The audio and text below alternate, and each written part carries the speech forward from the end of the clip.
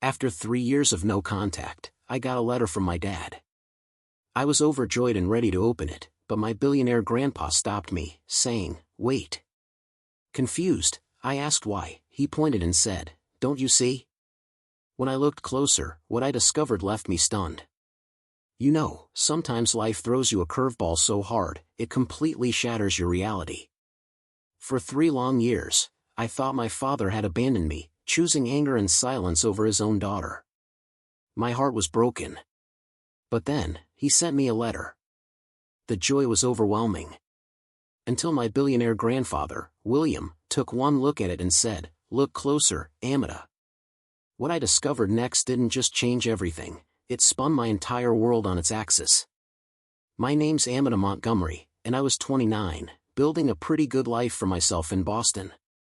I was a journalist, chasing truth and telling important stories for a major newspaper. My little downtown apartment? Small, sure, but it had this incredible view of the city I loved. I'd earned respect, especially for my coverage of financial crimes. The irony wasn't lost on me, my career path was totally inspired by my own messy family drama. My grandfather, William Montgomery, raised me after my mom passed away when I was 12. He's a self-made billionaire, investments everywhere.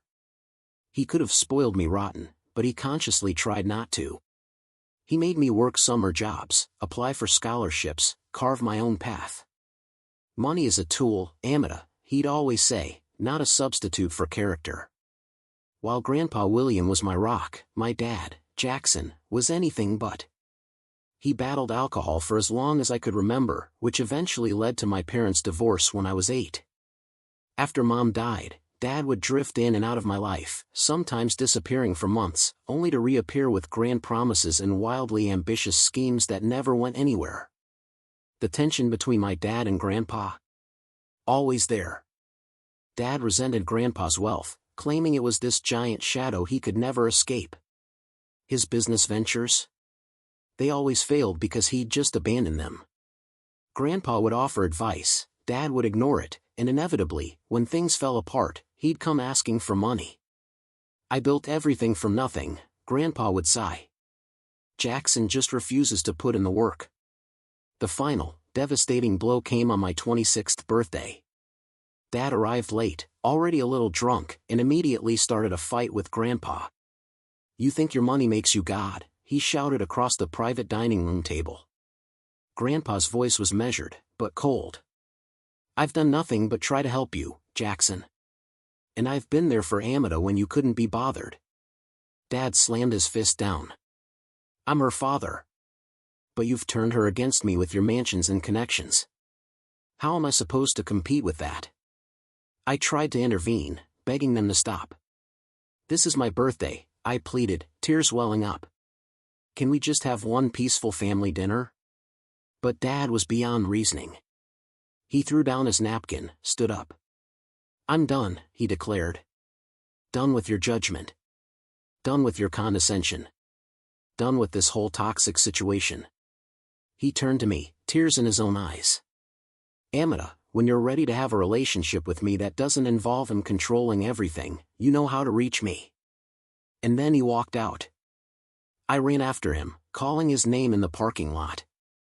He got into his car without looking back. He just drove away. That was it. The last time I saw him. The next day, his number was disconnected. His apartment was cleared out. I sent emails, messages, hired a service to find his new address and sent physical letters. Nothing. Just silence. That first year? It was the hardest. Grief, anger, confusion. Had he really cut me off completely because of Grandpa? How could he just disappear, without even giving me a choice? I threw myself into work, earning my first big promotion by breaking a huge investment fraud story. By the second year, I had this ritual, writing letters to him that I never sent. Dozens of updates about my life, questions about his, pleas to reconnect. They sat in a box under my bed. Sometimes, I'd dream he'd returned, only to wake up to his absence all over again. In the third year, I finally found some kind of acceptance.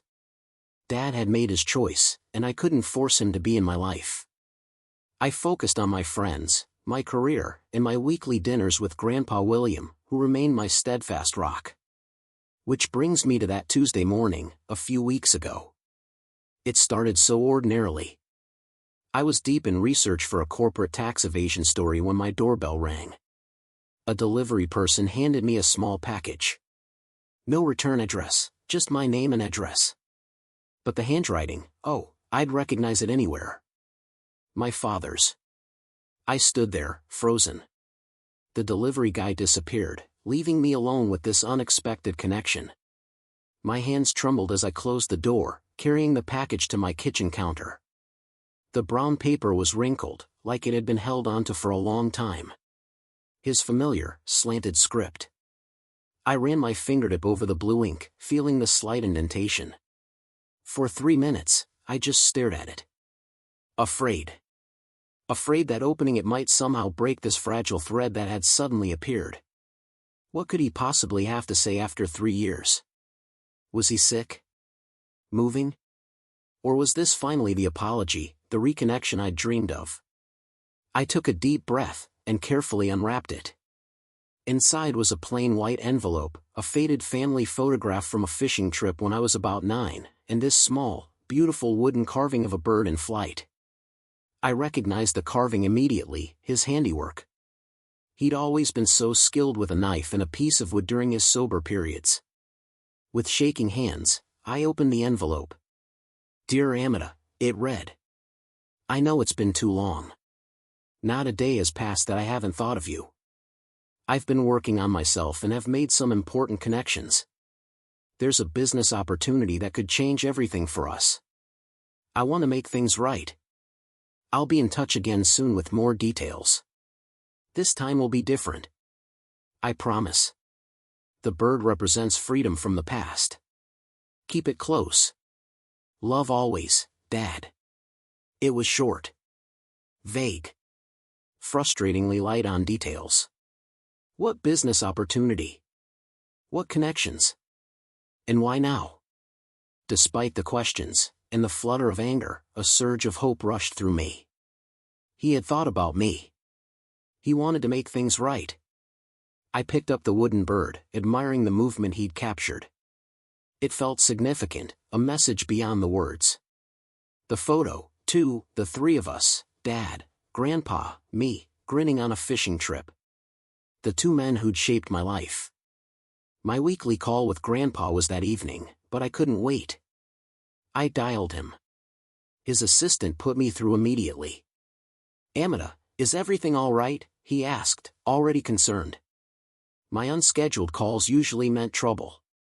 Grandpa, I blurted, my voice cracking with emotion. I got a letter from Dad. There was a long pause. What did it say? He finally asked, his tone carefully measured. I read it word for word. I see, he said when I finished. You're sure it's from your father? Of course I am. I know his handwriting, Grandpa. Another long pause. I think you should bring the letter here, right away, if you can. Something in his voice made me uneasy. Is something wrong? I'd rather discuss it in person. Can you come now? I agreed. The 30-minute drive to his estate felt endless. Martha, his housekeeper, hugged me warmly. He's in his study, she said. He canceled his afternoon meetings after your call. That surprised me. Grandpa rarely rescheduled business for personal matters. I found him by the window, looking out at the gardens. He still stood tall, imposing, even at 72. His silver hair perfect. He turned as I entered, and I saw real concern etched around his eyes. Let me see it, he said, without preamble. I handed him the letter, the photo, the wooden carving. He examined each carefully, his expression growing more troubled. What is it? I asked, anxiety building in my chest. You're scaring me, Grandpa. He picked up the letter again, handing it back to me. Look closer at the handwriting, Amita. Really look. I studied the familiar slant, the curves. And then, with his prompting, I started to see it. Subtle differences I'd missed in my emotional rush. The pressure on certain downstrokes was heavier than Dad's usual. The spacing was wider. The signature, while similar, lacked the distinctive hook on the N of Jackson. I don't understand, I whispered, a cold feeling spreading through my stomach. I received a letter last week, Grandpa said quietly. Allegedly from your father, asking for money for a business venture. You did? Why didn't you tell me? Because I wasn't sure it was genuine, and I didn't want to upset you unnecessarily. He opened a desk drawer, pulling out an envelope. Compare them. The second letter was similar in tone, but more specific, a real estate development needing a $200,000 initial investment, to be wired to a specific account. Side by side, the handwriting discrepancies were obvious. Good imitations, but definitely not my father's. Someone is pretending to be Dad, I whispered, feeling sick. But who would do that? And why? That's what we need to find out, Grandpa said grimly. Someone is clearly trying to use your father's identity to scam money from us. The question is, where's your real father? And does he know about this? My mind raced. A cruel prank? Or something more sinister? If these weren't from him, then where was he? Was he safe? The 3 years of silence suddenly took on a much darker meaning. I thought he was just angry and stubborn, I said, my voice breaking. What if something happened to him? Grandpa put his hand on my shoulder. Let's not jump to conclusions. First, we need to verify his whereabouts. I know someone who can help us. A private investigator. Thomas Keller arrived within the hour. Not the hard-boiled detective type I'd imagined, but a soft-spoken man in his 50s, kind eyes behind rimless glasses. He listened carefully, taking detailed notes. First thing we need to do is verify Mr. Jackson Montgomery's current whereabouts, he said. I told him about the disappearance, my failed attempts. I did find an address for him about 2 years ago, I added, in Durango, Colorado. I sent letters, but never got a response. Keller nodded. That gives us a starting point. Is there any reason someone would specifically target your family? Keller asked. Grandpa and I exchanged glances. I've made my share of business rivals, Grandpa admitted. My job involves investigating financial crimes, I added. I've written exposés. It's possible. Keller made notes. For now, if any more communications arrive, don't respond, but contact me immediately. The next 2 days crawled by. I tried to work, but my phone was glued to my hand. I kept turning the wooden bird over in my hands, searching for a clue. Keller called on the 3rd day. I've confirmed that the address in Durango was indeed where your father was living until recently, he reported. However, according to neighbors, he moved out approximately 3 weeks ago. Did they say where he went? I asked, my heart hammering.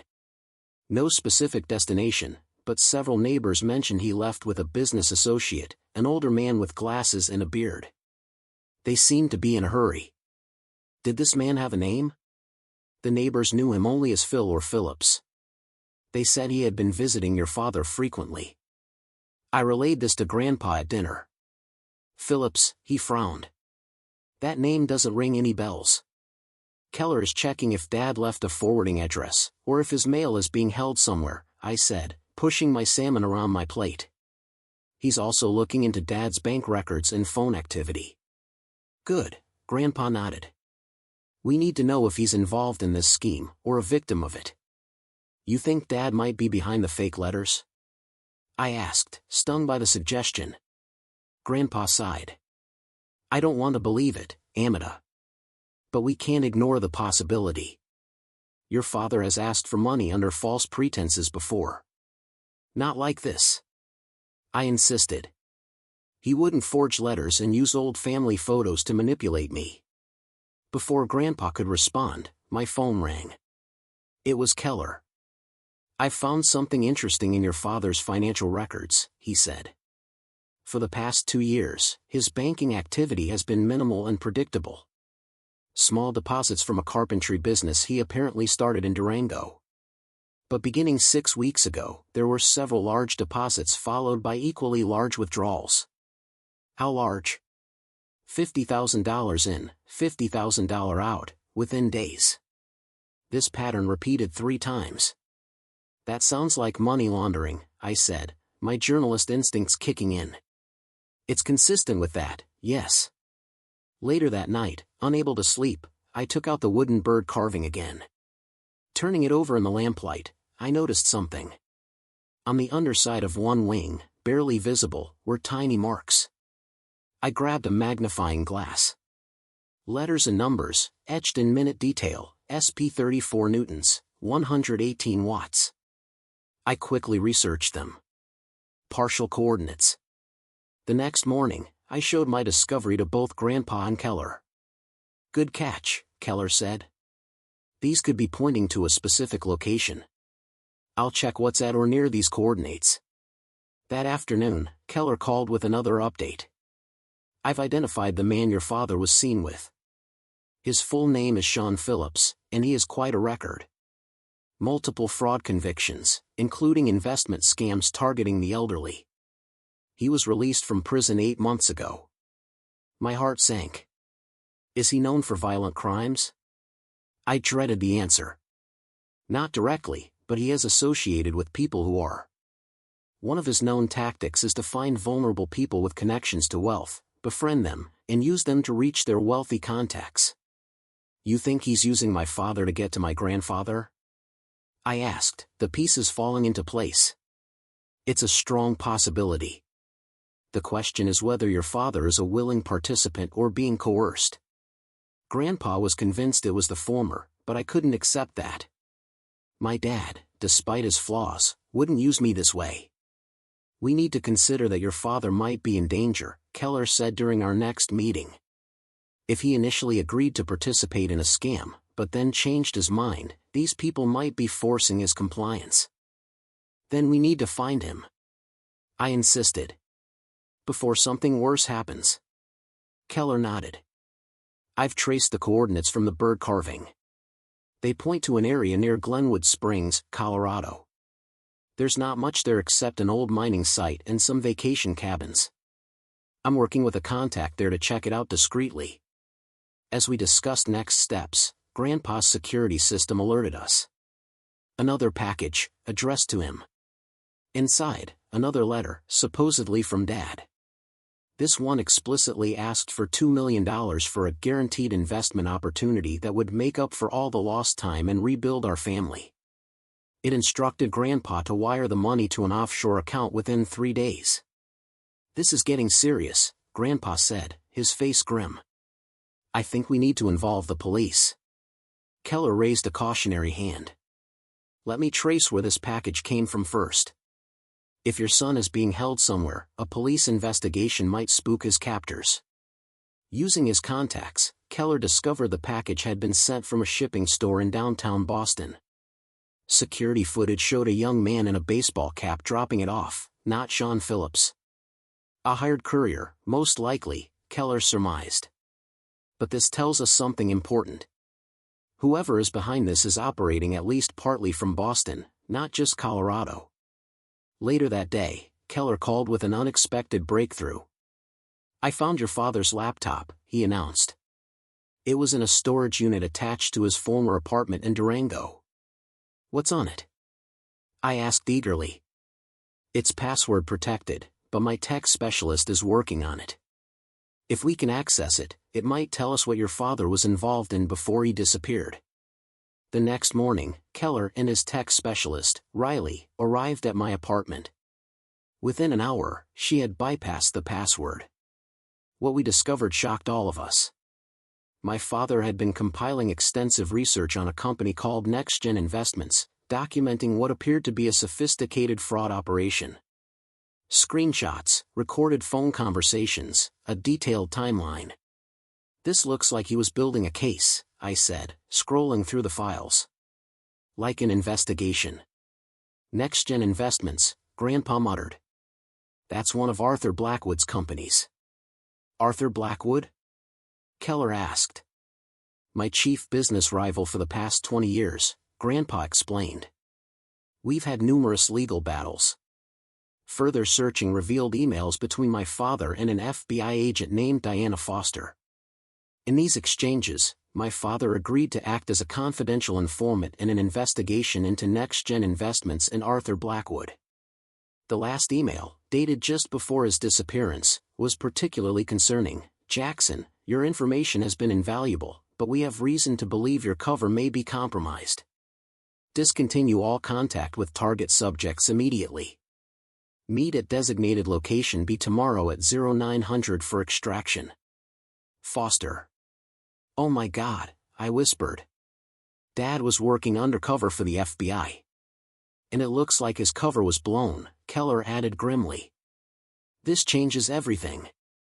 The revelation that my father had been working with the FBI stunned us all, especially my grandfather. For 3 years, we had believed Dad had abandoned us out of anger and resentment. But in reality, he may have been protecting us by keeping his distance. We need to contact this FBI agent immediately, I insisted, pointing to Diana Foster's email. Keller nodded. I'll reach out through proper channels. If your father was indeed a confidential informant, they'll want to know about these fraudulent letters and the potential threat to him. While Keller worked his connections, I dove deeper into Dad's laptop. The more I discovered, the more amazed I became at the extent of his investigation. He'd meticulously documented financial transactions, suggesting NextGen was running a Ponzi scheme that had defrauded investors of millions. And there was evidence linking Arthur Blackwood to offshore accounts, tax evasion, even bribery. Dad was thorough, I murmured. These are the kind of receipts journalists dream of finding. But the most shocking discovery came in a hidden folder labeled simply Family. Inside were dozens of documents related to Grandpa William's business empire, focusing specifically on connections between his companies and Blackwood's interests. Transaction records, meeting minutes, copies of contracts going back 15 years. My heart raced as I opened a voice memo dated just before Dad's disappearance. His voice filled the room, tired but determined. Diana, I've confirmed the connection. The shell company that received the kickbacks from NextGen's municipal contracts traces back to William Montgomery Enterprises through 3 layers of subsidiaries. I don't believe William is directly involved. This has Blackwood's fingerprints all over it. He's been setting my father-in-law up for years, making it look like William is complicit in the fraud. I need to warn him, but I can't risk contact until we have everything secured. The evidence is in the encrypted files I sent yesterday. The password is Amita's birthday, month, day, year, no spaces. I sat back, stunned. Dad hadn't just been investigating Blackwood. He discovered Blackwood was trying to implicate my grandfather in his illegal activities. He'd been working to protect our family all along. I turned to Grandpa, who had been listening over my shoulder. His face had gone pale. William, I said quietly, using his first name for perhaps the first time in my life. Did you know about any of this? He sank heavily into a chair. I knew Blackwood was ruthless, but this. No. I had no idea he was trying to set me up. He looked up at me, his eyes troubled. Jackson was trying to protect me, and I spent 3 years thinking the worst of him. Before we could process this, Keller returned. I've made contact with Agent Foster. She's on her way here now, along with her team. They've been looking for Jackson for weeks. Agent Foster arrived within the hour. A no-nonsense woman with sharp eyes. She confirmed what we had pieced together. Dad had become an FBI informant after accidentally discovering discrepancies in NextGen's accounts while doing carpentry work at their Colorado offices. When he realized the connection to Blackwood and the potential threat to Grandpa, he dove deeper, becoming a key asset. We had an extraction plan in place when he warned us his cover was blown, Foster explained. But he never made it to the meeting point. We've been searching for him since, fearing the worst. And you never thought to contact his family? I asked angrily. We had no confirmation of foul play, and Jackson was explicit about keeping his family, especially you, out of it, she replied evenly. He believed involving you would put you at risk. Based on these fraudulent letters, it seems he was right to be concerned. As Foster explained, another package arrived at my apartment. This one contained a USB drive and a note, $2 million. Instructions on the drive. 3 days or Jackson Montgomery dies. The FBI immediately took possession. The drive contained a video that made my blood run cold. My father, looking thin and exhausted, reading a statement demanding Grandpa pay the money. No visible injuries, but the fear in his eyes was unmistakable. They're holding him somewhere in Boston, Foster concluded. Background noise suggests an industrial area near water. We're working to identify the specific location. What about the money? Grandpa asked. I'll pay it immediately if it will bring him home safely. Foster shook her head. We strongly advise against that. Once they have the money, they have no incentive to keep Jackson alive. We need to locate him first. And if you can't? I challenged. If 3 days pass and we find nothing? Then we'll discuss contingency plans, she said firmly. But my team is good, and now that we know Blackwood is likely behind this, we have more angles to pursue.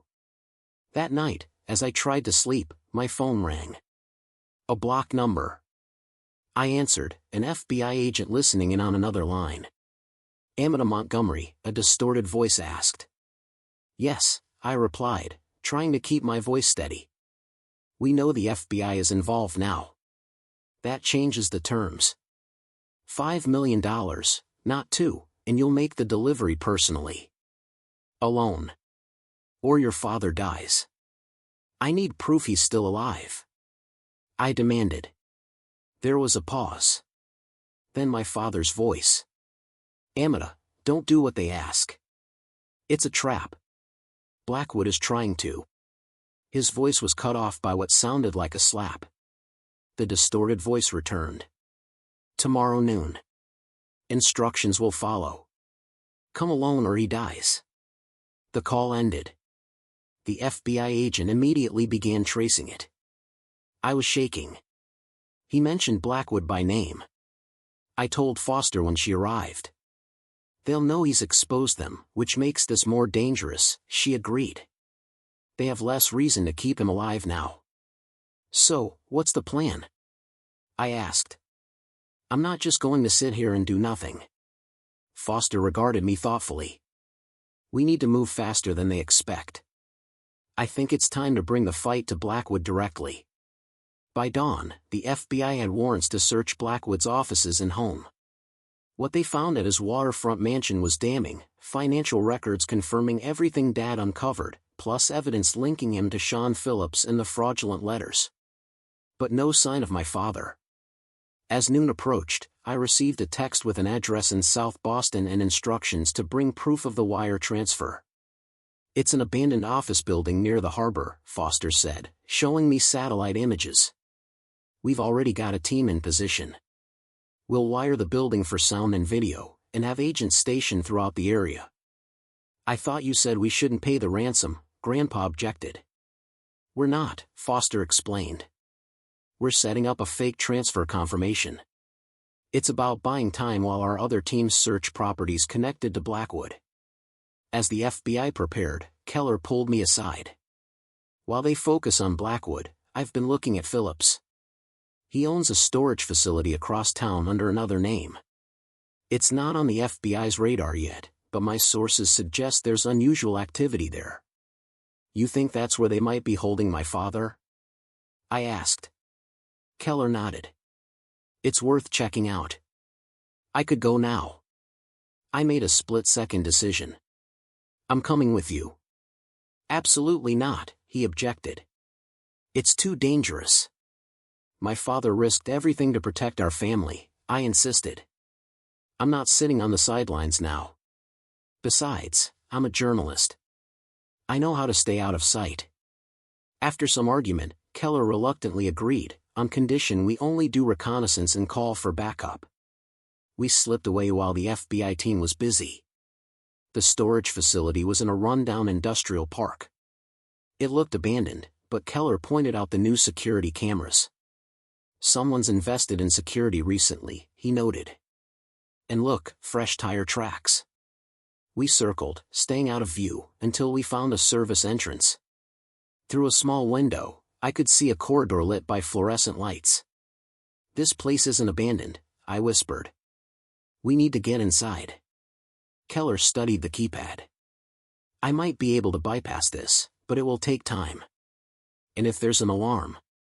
Before he could finish, the door opened and a man stepped out, lighting a cigarette. Keller pulled me behind a dumpster just in time. The man was talking on a phone. Yeah, Blackwood says we move him tonight after the girl delivers the money.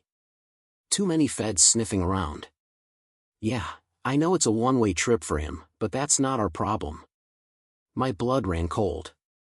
They were planning to kill my father after getting the money. When the man went back inside, Keller immediately called Agent Foster, who redirected a tactical team to our location. We watched as FBI vehicles converged silently. The operation happened with military precision. Agents breached multiple entrances simultaneously, and within minutes, we heard the all clear. Foster herself came to get us. We found him, she said, a mix of relief and concern. He's alive, but he needs medical attention. They brought my father out on a stretcher. He was pale and thin, bruises on his face, a bandaged arm. But conscious. When he saw me, his eyes filled with tears. Amita, he whispered as I rushed to his side. I'm so sorry. I never wanted you involved in this. It's okay, Dad, I choked out, holding his hand. We know everything. You were protecting us. As the paramedics loaded him into an ambulance, he gripped my hand. William, he asked urgently. Is he safe? He's fine, I assured him. He's with the FBI right now. We've been looking for you, together. Relief washed over his face. Tell him Blackwood was setting him up for years. The evidence is all in my files. He needs to know it wasn't my imagination or jealousy. It was real. He already knows, Dad. We found your research. You did it. You protected the family. As the ambulance doors closed, Agent Foster approached me. We've arrested 4 men here, including Sean Phillips. And Arthur Blackwood was taken into custody at his office 20 minutes ago. Your father's ordeal is over. And thanks to his work, we've uncovered one of the largest financial fraud schemes in the state's history. I felt this complex mixture of emotions, relief that Dad was safe, immense pride in what he had accomplished, and lingering anger over the 3 years of silence. But mostly, I felt a profound sense that a new chapter was beginning for our family. One that would require healing and rebuilding, but held the promise of truth and reconciliation. The next 72 hours were a blur of hospital rooms, FBI debriefings, and news reports about Blackwood's arrest. Dad was being treated for malnutrition, dehydration, and a poorly set broken arm. The doctors said he'd recover physically, but the emotional trauma? That would take longer. I divided my time between the hospital and helping Agent Foster navigate the mountain of evidence Dad had collected. As a journalist, I had a good eye for organizing information. Your father was meticulous, Foster commented. He documented everything and created failsafes to ensure the evidence would surface even if something happened to him. That sounds like Dad, I said with a sad smile. When he commits, he gives it everything. Foster gave me a thoughtful look. You know, we offered him witness protection at the beginning. He refused. Said he needed to stay connected to the real world, to be effective, and to keep an eye on you from a distance. It hit me then, even when we thought he'd abandoned us, he was watching over us. While Dad recovered, Grandpa and I had several intense conversations. The FBI advised us that while Blackwood and his immediate accomplices were in custody, there might be associates still at large. They want to put us in protective custody, Grandpa explained. Move us to a safe location, provide security. I shook my head firmly. I'm not hiding. Dad spent 3 years sacrificing his relationship with us to build this case. If we run and hide now, what was it all for? It's not about hiding, Amita. It's about being sensible. No, it's about taking control of the situation, I insisted. These people operated by keeping us in the dark. I'm done with that. I outlined my alternative plan. Instead of passive protection, we would set a trap. Using my journalism contacts, I'd plan a story about new evidence in the Blackwood case, held in a secure location. Then, with the FBI's help, we'd monitor who came looking for it. It's too risky. Grandpa objected. Let the professionals handle this. The professionals have been working this case for 3 years and still didn't prevent Dad from being kidnapped, I pointed out. Besides, I'm not suggesting we do this alone. We'll work with Foster's team every step of the way. After much debate, and to my surprise, Foster actually supported my plan, with modifications. But you will follow our protocols exactly, she insisted. No improvising. No journalist heroics. I agreed, though I mentally crossed my fingers. My experience had taught me some situations required quick thinking. The story went live on a Tuesday morning, a carefully crafted piece by a colleague, suggesting Jackson Montgomery had secured insurance documents implicating additional high-level figures. The documents were allegedly held in an attorney's office. By that afternoon, surveillance had identified 2 suspicious individuals casing the office. One was a former NextGen executive. The other, a private security contractor with ties to Blackwood. They took the bait, Foster confirmed. Now we wait. We didn't have to wait long. That night, monitoring devices in the law office recorded an attempted break-in. FBI agents arrested both men, plus a third accomplice. Under questioning, the former executive revealed a contingency plan, a second operation, run by Blackwood's silent partner, prepared to eliminate witnesses and destroy evidence. My father was at the top of the target list, followed by Grandpa and me. Who is this partner? Foster demanded. The man shook his head. I don't know. Blackwood only ever referred to him as the investor. All I know is he has significant political connections and a lot to lose. This revelation added urgency. If a powerful, unknown figure was orchestrating cleanup operations, none of us was safe yet. Dad was released from the hospital the next day, still weak but insistent on being part of the solution. He moved into Grandpa's guest house, where security had been significantly enhanced. Seeing the two of them together, awkwardly attempting to rebuild their relationship while worried about our safety, would have been comical under different circumstances. We need to draw out this investor, Dad said during a strategy session. He's the key to ending this for good. How do you propose we do that? Grandpa asked, showing a new respect for Dad's strategic thinking. Dad turned to me. We use Amita's original plan, but bigger. We announced that I'm holding a press conference in 3 days to reveal everything, including the identity of Blackwood's silent partner. Foster looked skeptical. That puts an enormous target on your back. I've had one there for 3 years, Dad replied grimly. At least this time, I'll be facing it with my family and the FBI, not alone in some cabin in Colorado. After hours of debate, we refined the plan. I would use my media contacts to generate maximum publicity, hopefully pressuring the investor. Grandpa, despite reservations, proved invaluable, setting up a convincing security perimeter around the estate. If someone wants to get to Jackson before the press conference, he explained, they'll have to go through these checkpoints. Each one gives us another opportunity to identify them. For 2 days, we maintained the charade. Dad gave brief statements to reporters about his intention to name names. I wrote an accompanying piece for my newspaper, carefully worded to imply Dad had documented connections between Blackwood's operation and several prominent political figures. On the eve of the press conference, our operation paid off.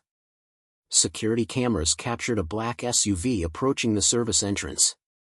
When guards tried to stop it, the vehicle accelerated, crashing through the gate. 4 armed men emerged, heading toward the main house. The FBI tactical team, hidden on the grounds, immediately responded, capturing 2 intruders. The other 2 barricaded themselves in the greenhouse. Surrender now. Foster called through a megaphone. The building is surrounded. Instead, one of the men called a number on his cell phone. We intercepted it, a burner phone in downtown Boston. "What's happening?" a voice demanded. "Is it done?" "We're pinned down," the intruder responded. "2 men down. FBI everywhere. We need extraction." "There is no extraction," the voice replied coldly.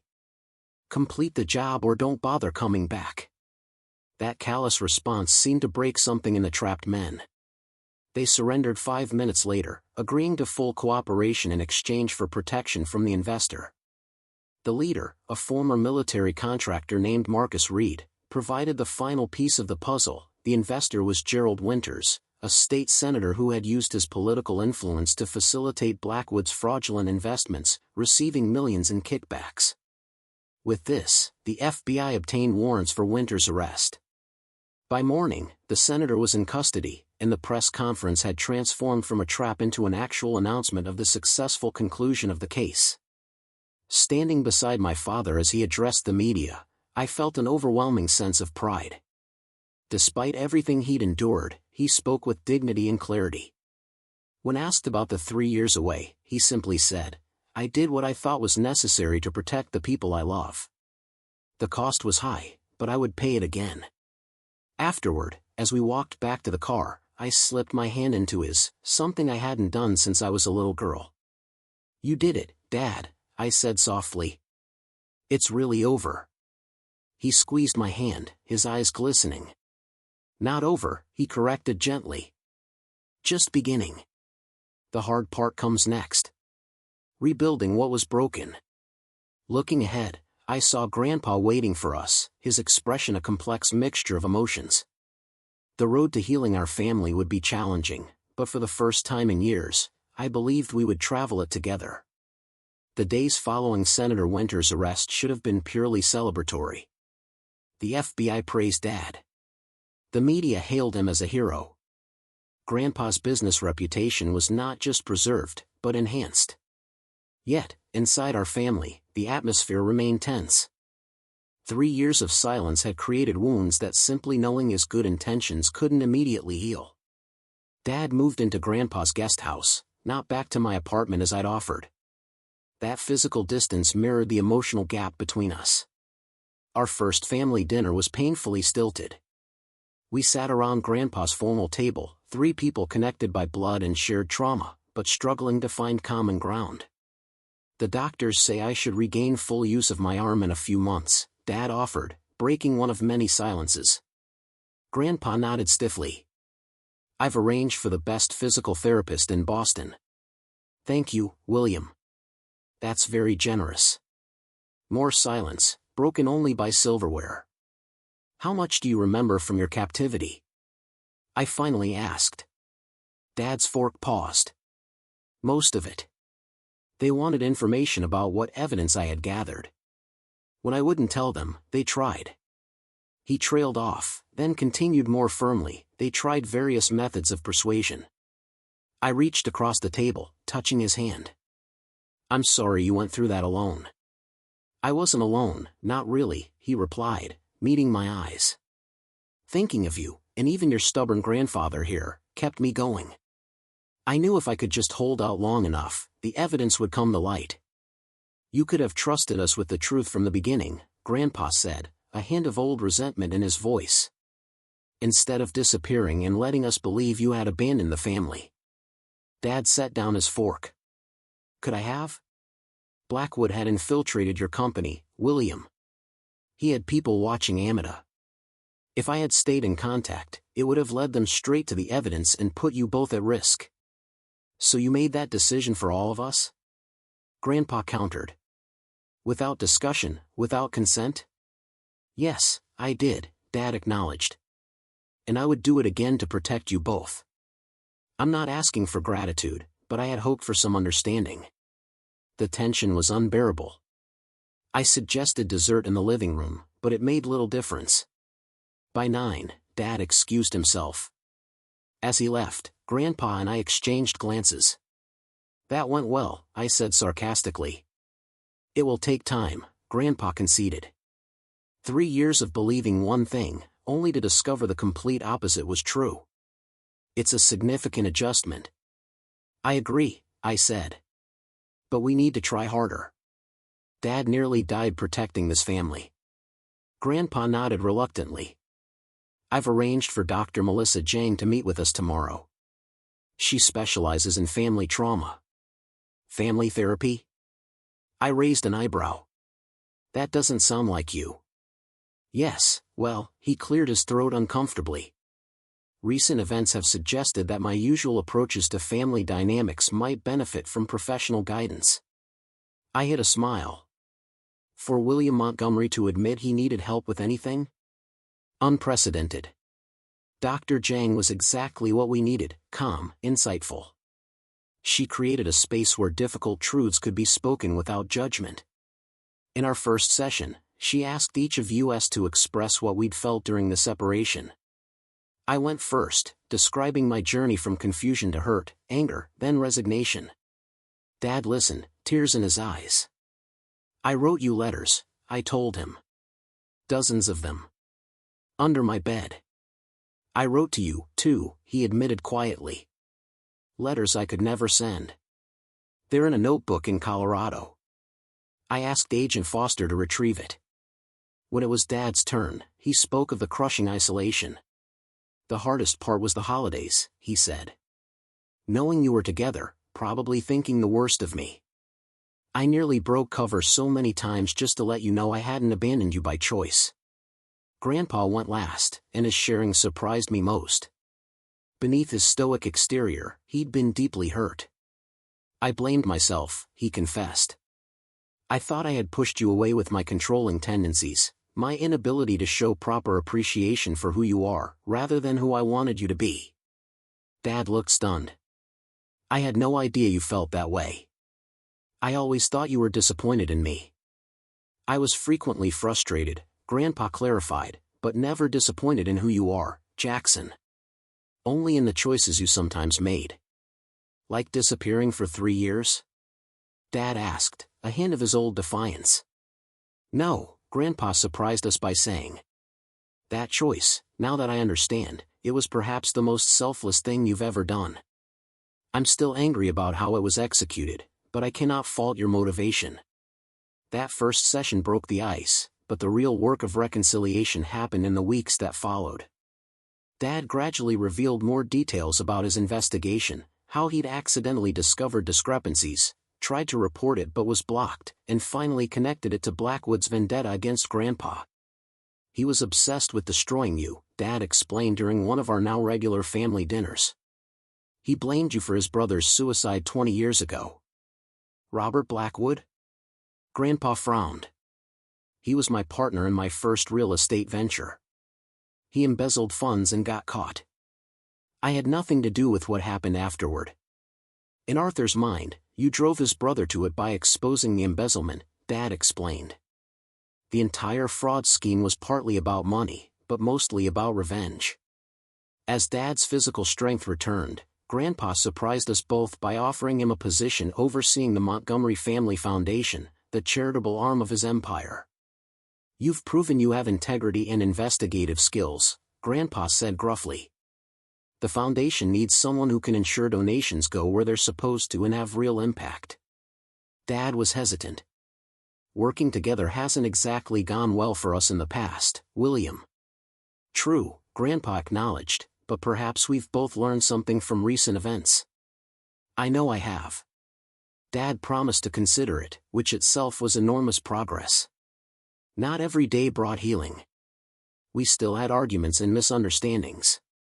During our first Thanksgiving together, Dad and Grandpa fell into an old pattern of sniping over dinner, culminating in Dad storming out. I found him in the garden, staring at the stars. Some things never change, I said, sitting beside him.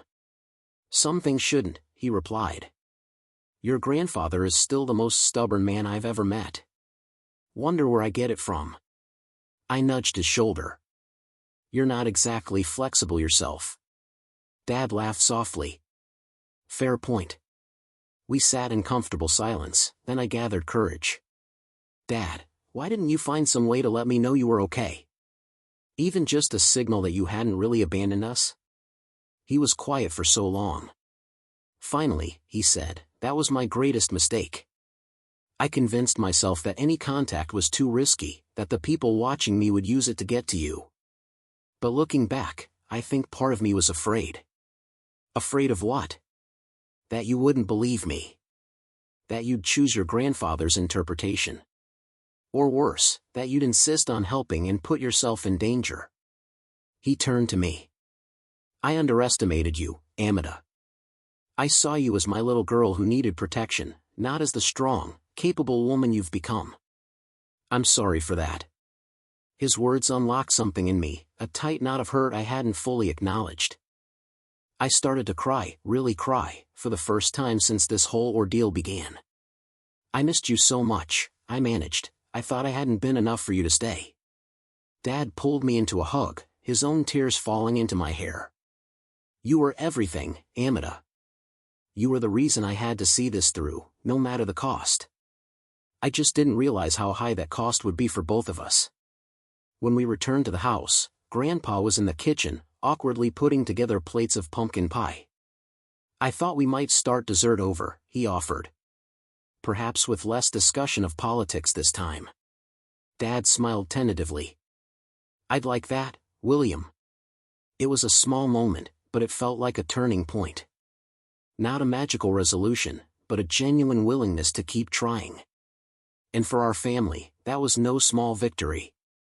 6 months have passed, bringing us to today. The spring sunshine streams through the windows of Grandpa's estate as I sit in the garden, reflecting on how dramatically our lives have changed since that letter arrived last fall. Dad has fully recovered physically, though he still sometimes wakes with nightmares. He accepted Grandpa's offer to run the Montgomery Family Foundation, bringing new transparency and purpose to its operations. Now, our weekly family dinners have evolved from awkward obligations to genuinely pleasant gatherings. Just last night, I actually heard Grandpa laugh at one of Dad's jokes, a sound so unexpected, we both nearly choked on our wine. My own career has flourished. With Dad's permission, I wrote a series of articles about the Blackwood case, winning a prestigious journalism award. I've had job offers from national publications, but I've decided to stay in Boston for now. My family is here, finally whole again, and I'm not ready to create another separation. The legal aftermath continues. Blackwood and Senator Winters are awaiting trial, and the evidence Dad gathered has proven invaluable. I don't want to be defined by this case forever, he told me recently. At some point, we all need to move forward.